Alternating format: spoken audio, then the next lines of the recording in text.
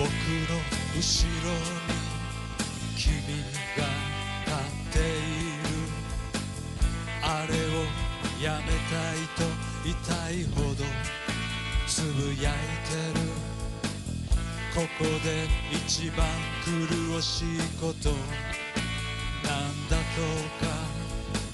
しかしそれでもまだマシな方なのに、嘘つきなよそ者たち、迷ってる大人たち、あの壁の前まで手招きされながら、この手につとる。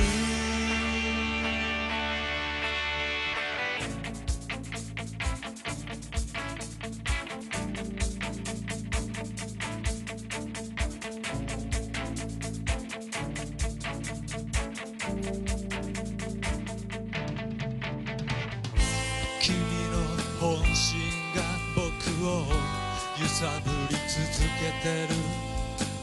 それらで満たされたいと占いに頼ってる。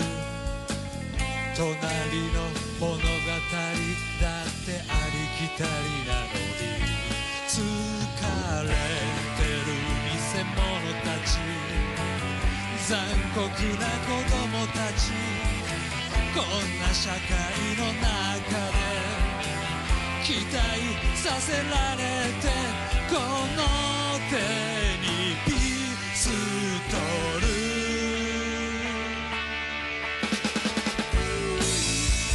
逃げ出したい、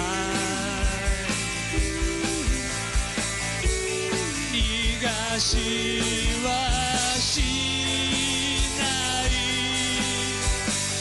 こめかみにピストル、引き金を引いて生まれ変われるまで、その行き止まりへ行こう。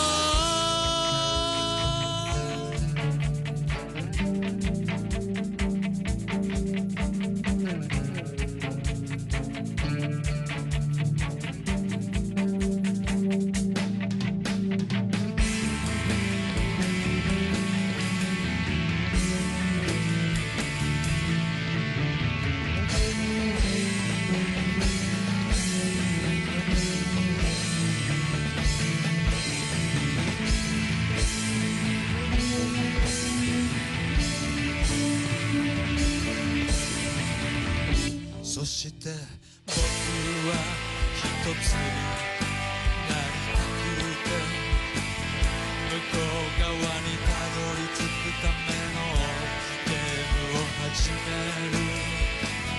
これで全てが解決できると信じたが、間違いなく君はうとうとしてる。